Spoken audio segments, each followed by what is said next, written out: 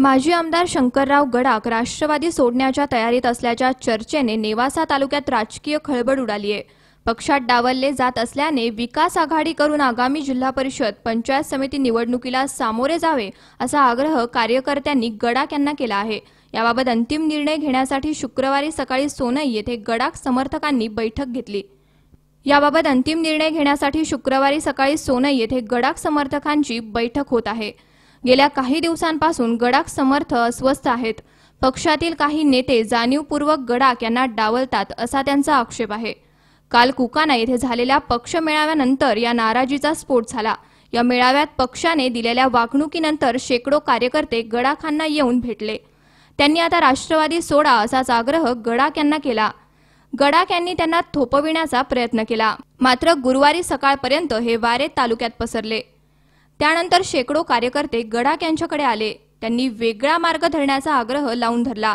आगामी जिल्हा परिषद आणि पंचायत समिती निवडणुकीत नेवासा विकास आघाडी करावी असाही प्रस्ताव गडाख यांना कार्यकर्त्यांनी दिला। त्यामुळे गडाख यांनीही गंभीर विचार सुरू केला होता। शुक्रवारी याबाबत निर्णय घेण्यासाठी सोनई येथे बैठक होणार आहे।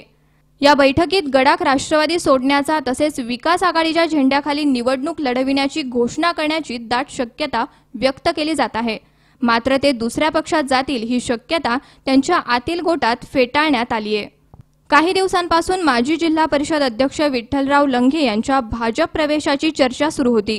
लंघे यांनी भाजपात प्रवेश करावा यासाठी राष्ट्रवादीतील एका नेत्याची फूस होती असा गडाख समर्थकांचा कयास आहे। याच नेत्याने पुन्हा लंघे यांना पक्षात थांबवून या राजकारणाचे खापर गडाख यांच्यावर फोडण्याचा प्रयत्न केला। त्यामुळे गडाख समर्थकात नाराजी पसरली आहे। जिल्हा परिषद निवडणुकीत गडाख यांच्या समोर अडचणी उभ्या करण्यासाठी पक्षातीलच नेते प्रयत्नशील असल्याचा गडाख समर्थकांचा दावा आहे। या प्रकरणाला विधानसभा निवडणुकीचा संदर्भही आहे।